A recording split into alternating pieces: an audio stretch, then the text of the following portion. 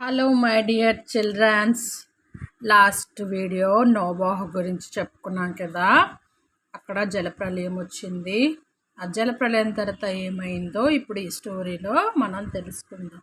అయితే 40 రోజులు 40 పగళ్ళు 40 రాత్రులు ధారాళంగా కుండపోతగా వర్షం పడితే భూమి మొత్తం నిండిపోయి మొత్తం వాటర్ అయిపోయాక ఈ ఒక్క వాడే ఇంకా మిగిలి ఉంది. ఆ వాడ అలాగా నీటి మీద అల్లాడుతుంది. అయితే లోపల ఎలా ఉందో మనం ఈరోజు చూసుకుందాం. లోపల ఏమైంది, తర్వాత ఏమైందో ఈ స్టోరీలో మనం తెలుసుకుందాం.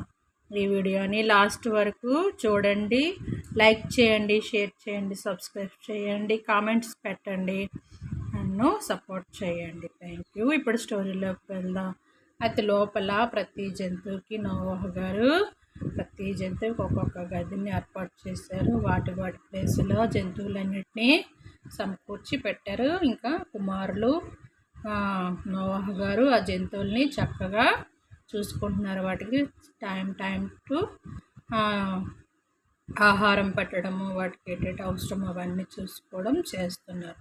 నెక్స్ట్ వాళ్ళ మిస్ నోవాహు గారి వాళ్ళ భార్య కూడా వంట చేయడము, పిల్లలకి ఆ జంతువుల్ని అన్నిటికీ ఏమేమి అవసరమో చూసుకోవడము చేస్తున్నారు. అలా చాలా దినాలు ఆ వాడలోనే కుటుంబం అంతా ఆ జంతువులతో గడిపారు. చాలా సమయం, చాలా దినాలు అయిపోయింది. అయితే మరో 6 నెలలు పడుతుందేమో అని వాళ్ళు మాట్లాడుకుంటున్నారు.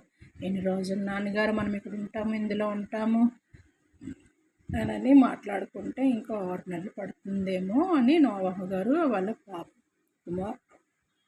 కుమారులతో అంటున్నారు. అయితే ఇక్కడ చూడండి, నోవాహు గారు ఒక కిటికీ ఓపెన్ చేసి పావురాన్ని బయటికి విడిచిపెడతారు. పావురం ఏం చేస్తుంది, అయితే పావురము అలా వెళ్తూ ఒలీవ చెట్లు పొడవుగా ఉంటాయి కదా, దాని చిగురిని తెచ్చింది. అది నోవాహు గారికి ఇచ్చింది. అంటే చెట్లు కనిపిస్తున్నాయి, వాటి చిగురేమో ఈ పావురం తెచ్చిందని అనుకున్నారు. ఇప్పుడు నెక్స్ట్ పేజ్లోకి వెళ్దాం. చూడండి,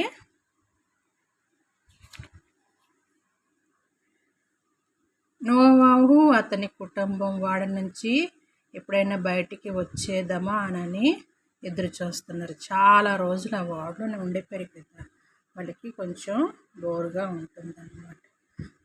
ఉంటుంది. అయితే అలా చూస్తుంటే అంత కిటికీలో నుంచి అదిగోండి ఆరిన నేల కనిపించిందని నోవాహు గారు వాళ్ళ పిల్లలకి చూపిస్తున్నారు. అలాగా కొన్ని నెలలు అయ్యాక మొత్తం అంతే సంవత్సరం దగ్గర అయిపోయిందన్నమాట. అయిపోయాక ఆరిన నేల కనిపిస్తే వాడనేమో వాళ్ళు ప్లేస్లో పెట్టి వాడని జంతువులు వీళ్ళు ఇలా బయటికి వచ్చి దేవునికి కృతజ్ఞతలు చెల్లించాక వీళ్ళు కుమారులు చూడు, నేలను తాకి మనం ఎన్ని రోజులయ్యిందో, ఈ పచ్చని చెట్టుని చూసి ఎన్ని రోజులైందని వాళ్ళు చాలా హ్యాపీగా ఉన్నారనమాట. అయితే దేవుడికి నోవాహు ఎలాగైనా మన కుటుంబాన్ని కాపాడాడు, ఇంకా మన కుటుంబంతోనే ఈ మన వంశం ఇంకా అభివృద్ధి చెందుతుందనని దేవునికి కృతజ్ఞత చెప్తూ ఆయనకి ఒక బలిపీఠం ఏర్పాటు చేసి బలిని అర్పిస్తాడు. బలిని అర్పించాక నోవాహుతో దేవుడు బలిని స్వీకరించాక నోవాహుతో దేవుడు ఒక నిబంధన చేసుకుంటాడు. ఏంటంటే ఇంద్రధనుస్సు. ఈ ధనుస్సు చూసారా, మరి ఎందుకంటే ఈ ధనుస్సుని ఇచ్చాడు, మరి ఎప్పుడు నేను భూమిని ఇలాగా వాటర్తో నింపాను అని జలప్రలయం మరి ఎప్పుడు రావని దేవునికి వాగ్దానం ఇస్తాడు. ఆ వాగ్దానానికి గుర్తుగా ఈ ఇంద్రధనుస్సు స్కైలో మనకి వస్తుందన్నమాట. అయితే అలాగ వారు దేవునికి కృతజ్ఞత చెల్లించుకుంటూ ఆ ఇంద్రధనుస్సు చూసి ఇంకా ఇంట్లోకి వారి గృహాలకు వెళ్తుండగా వారి కుటుంబము ఇంకా అభివృద్ధి చెందాలి కదా అని వారు నోవాహు గారి పిల్లలేమో ఒకరు ఒకవైపు వెళ్ళి నదులు ప్రక్కన వారు నివాసానికి గృహాలు ఏర్పాటు చేసుకునేవారు. ఒకరి వైపు ఇంకొకరి వైపు వెళ్ళి వారి వంశము ఇంకా అలా అభివృద్ధి చెందుతూ వచ్చింది. ఆ నోవాహు వంశమే నేటికి మనము నోవాహు గారి వంశమే నేటికి ఆ వంశమే నడుస్తుందన్నమాట. కాబట్టి దేవుడు మనము స్టార్టింగ్లో చెప్పుకున్నాం కదా, నోవాహు గారి స్టోరీ. నోవాహు గారికి ఏమయ్యింది, తర్వాత ఏమైంది, సమస్య వస్తే ఆమెను ఏం చేశారు, ఆ సమస్య నుంచి ఆయన ఎలా బయటపడ్డారు, చివరికి ఏమైందంటే మీకు ఈ స్టోరీ మొత్తం తెలిసింది కాబట్టి నేను చక్కగా వివరించాను అనుకుంటున్నాను. అయితే నోవాహు గారికి మొదట అందరూ హేళన చేశారు. తర్వాత ఏమో నోవాహు గారు దేవునికి దర్శనమై నోవాహుతో దేవుడు మాట్లాడతాడు. నువ్వు ఇలా చేయి, నువ్వు ఇలా ఉండనని అంటే, అలాగే ప్రభువా నేను నువ్వు చెప్పినట్టుగా చేస్తానని ఒక ఓడను నిర్మిస్తాడు. ఆయన నిర్ణయం తీసుకునేక ఆ ఓడలోకి ప్రతి జంతువు వాళ్ళ నోవాహు గారి కుటుంబం వెళ్తుంది.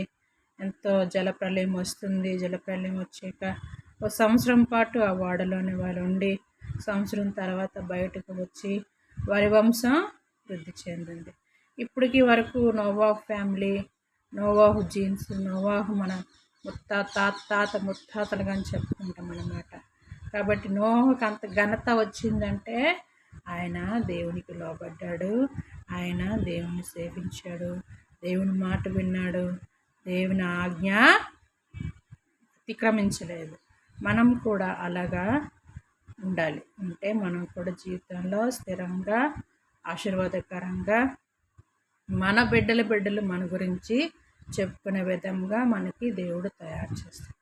దేవుడు ఈ స్టోరీని మన వెనుకల్లో దీవించును గాక. Thank you. God bless you to all.